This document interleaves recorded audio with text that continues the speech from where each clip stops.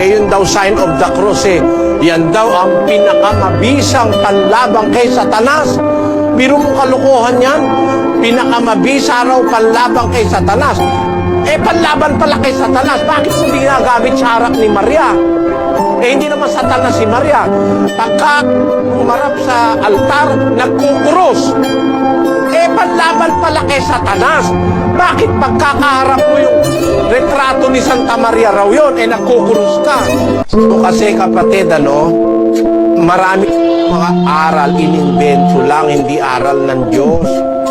Invento lang yan, sign of the cross Hindi naman galing sa mga apostol yan Basahin nga natin yung libro ng Katoliko kung saan galing yung sign of the cross na yan, kapatid na Luz. Opo, ito pong sign of the cross. Basahin natin sa Discourses on the Apostles' Creed by Reverend Clement H. Crack, page 17. Ito po ay librong Katoliko. Ang sabi nila rito, and Saint Teresa states that Satan had no power over the cross, nor over any object over which the sign of the cross has been traced.